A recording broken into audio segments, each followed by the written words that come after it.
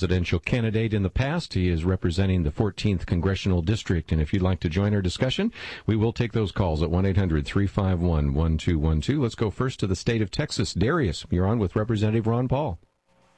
Hi, Kirby. Hi, Representative Ron Paul. How are you guys doing today? Very good. Hey, I've got a question about this whole Federal Reserve thing. I've been studying this thing for a few years now, and I've been telling my friends all about the Federal Reserve and how it's no more federal than Federal Express and how they, print money out of thin air. And my friends think that I'm kooky, and they think that I'm a big conspiracy theorist. How do we get this issue to the mainstream media? A long time ago, Mayor Rothschild said that he thanks the media for keeping their quote-unquote little secret under wraps. But how do we get this thing to the mainstream media so more people can understand what's going on with this? Representative Paul?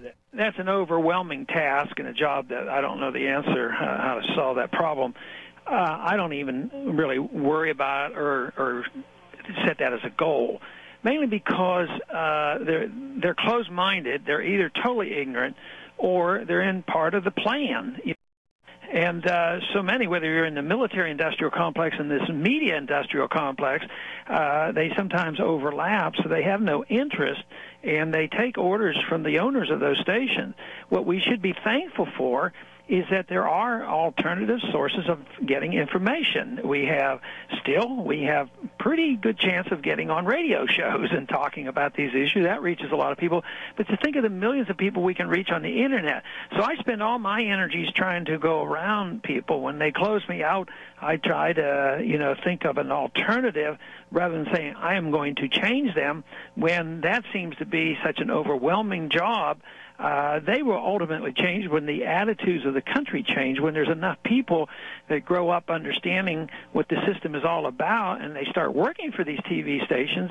They will have a difficult time, reporting lies that they're told to report. And so it's a educational problem as well as a political problem. Darius, I might also say that, golly, you can go out on the Internet and there's a lot of good articles there. And if people say, well, I only trust things like Wikipedia, even they give us some of the history of the Federal Reserve. There's some excellent books written on it. So let's go to another call, though, and we'll go this time to Michigan. William, thank you for calling.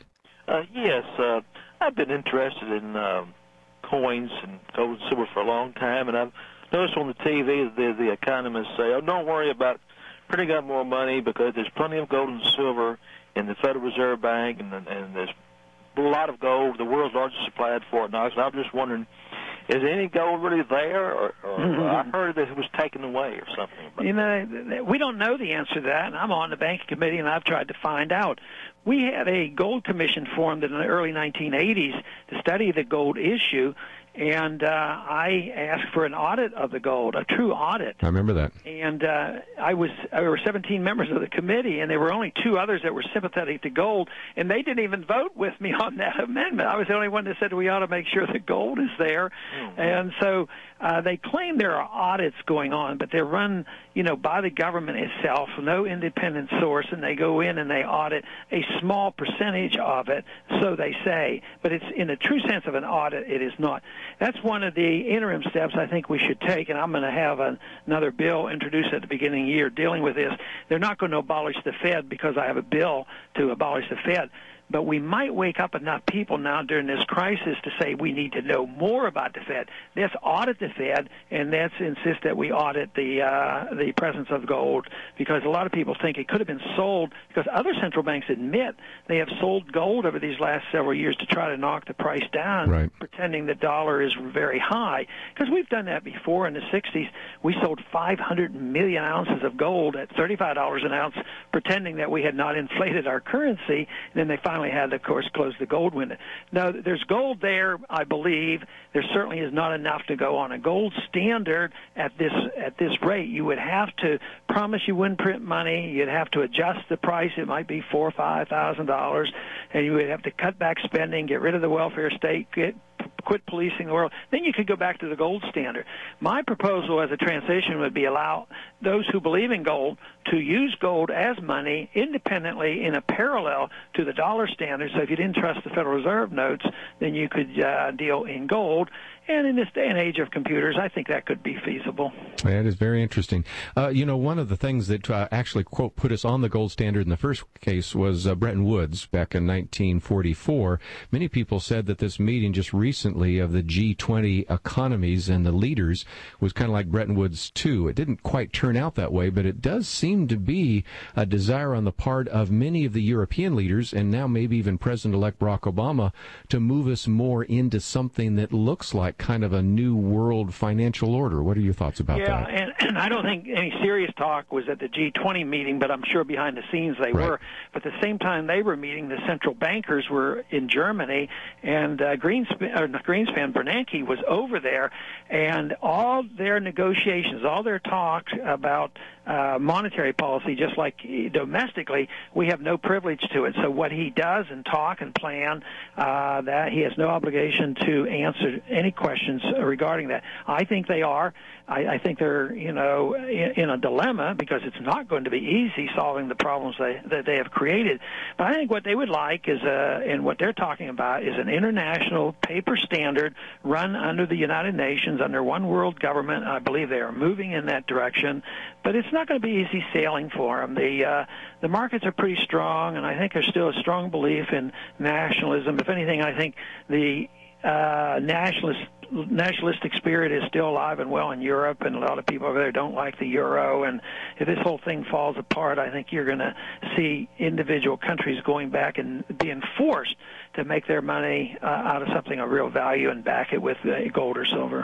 One of the conversations we had yesterday was about the corporate tax and whether we should cut that and how we would do that. Our next caller wants to get into that, I believe. Jim in Texas, I think you had a question about corporations. Go ahead. Hi, thank you. And then, if possible, also a possible problem based on something Ron had said earlier. But regarding corporate taxes, I'd heard an interesting proposal by one of the few conservatives in the House, Bill Sally of Idaho, early on in this process that said, instead of the government taking over these entities, let corporations take over these failed entities with the government promise as an incentive that any profits they make on doing so, they're not taxed. What does Ron think of that?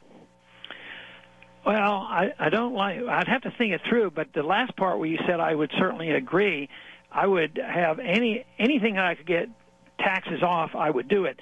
It's best that you treat everybody equally. Everybody should be out of taxation. Sometimes when a business comes to a community, they give their enticement and say, come into our community and we won't tax you for 10 years, and that brings people in. Well, if it's good for a new company not to pay taxes, why isn't it good for an old company not to pay taxes, other than the fact that the people need the money? The governments need the money. But they're making the point that if you cut taxes, it could be a tremendous incentive. So I would like to see all the taxes go down, individual taxes, corporate taxes, and everything go down. But that doesn't make sense unless you're willing to cut.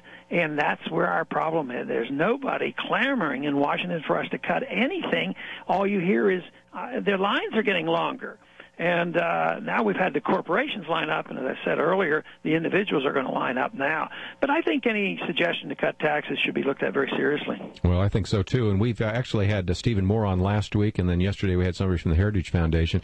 Both times we ended up talking about what happened in Ireland, because to be charitable, Ireland at one time was sort of like an economic backwater, and they cut income tax, they cut capital gains tax, they cut the corporate tax, and now it is considered, I think, by Heritage as the number third freest economy in the world, and it also has been very successful. And the Emerald miracle is not due to the luck of the Irish. It's due to the fact that they understood that the value of deregulation and cutting taxes. A lot of times we get into this argument about sales taxes versus income tax, but in a way a corporate tax is a sales tax. Yes. Because you know who pays the corporate tax. For the corporations stay in business, and you tax them, and they sell us a car, they got to put it into the price of the car.